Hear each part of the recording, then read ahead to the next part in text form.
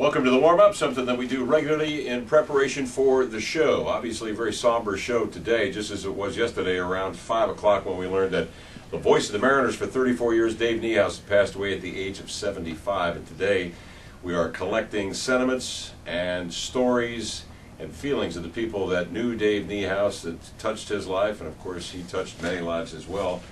Broadcasting, how many? Over 5,000 games? 5,200 games out of a possible incredible. 53 something. So he Yeah. only missed, Mike was saying, 100 games in his whole Incredible.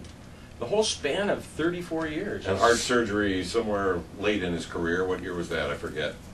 And he missed a number Back of games in the mid-90s, Yeah. and Chuck Armstrong was telling a story about that today, where he was on the road in Minnesota, and Chuck demanded, Kevin Kremen called him, the producer called him and said, "Look, Chuck, Dave has to take the night off." And so Chuck talked to Dave and said, "I insist that you don't go to the ballpark." And Dave said, "Well, what if I go to the ballpark anyway?" And Chuck said, "Well, I'm going to fire you." And then Dave laughed and said, "Well, like that's going to happen." And Dave ended up going to the ballpark that night. Yeah. Wow. Yeah.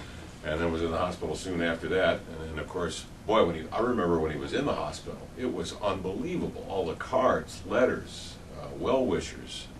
It was crazy. Well, and that's the other thing. If fans get a chance to go down to Safeco Field, they're going to have an open house Saturday. But between now and Saturday, if you want to go down there, the fans have a really nice memorial that they've set up there, with flowers and signs, and people have written well wishes to Dave. And there's also loaves of rye bread. There's jars of mustard.